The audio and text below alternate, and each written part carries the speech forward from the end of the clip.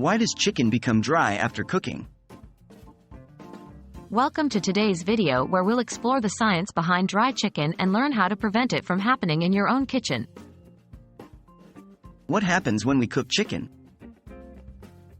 When cooking chicken, you're essentially applying heat to the proteins in the meat. As a result, the proteins denature and change their shape, which leads to a change in texture. When done correctly, this process can make the chicken tender and juicy. However, it can also result in dry chicken if not done properly. What causes chicken to become dry? There are two main factors that contribute to dry chicken. 1. Overcooking. The most common reason for dry chicken is simply overcooking it. When chicken is cooked for too long, the proteins continue to denature, causing them to tighten up and squeeze out moisture. Eventually, the meat becomes dry and tough. 2. Temperature. Cooking at a high temperature can also cause chicken to become dry.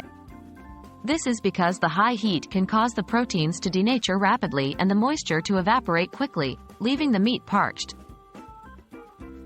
How can I prevent dry chicken? To prevent chicken from becoming dry, follow these tips. 1. Use a meat thermometer. Invest in a good meat thermometer to ensure that your chicken is cooked to the perfect internal temperature. For chicken breasts, aim for an internal temperature of 165 degrees Fahrenheit, 74 degrees Celsius. 2. Rest your chicken. After cooking, allow the chicken to rest for a few minutes.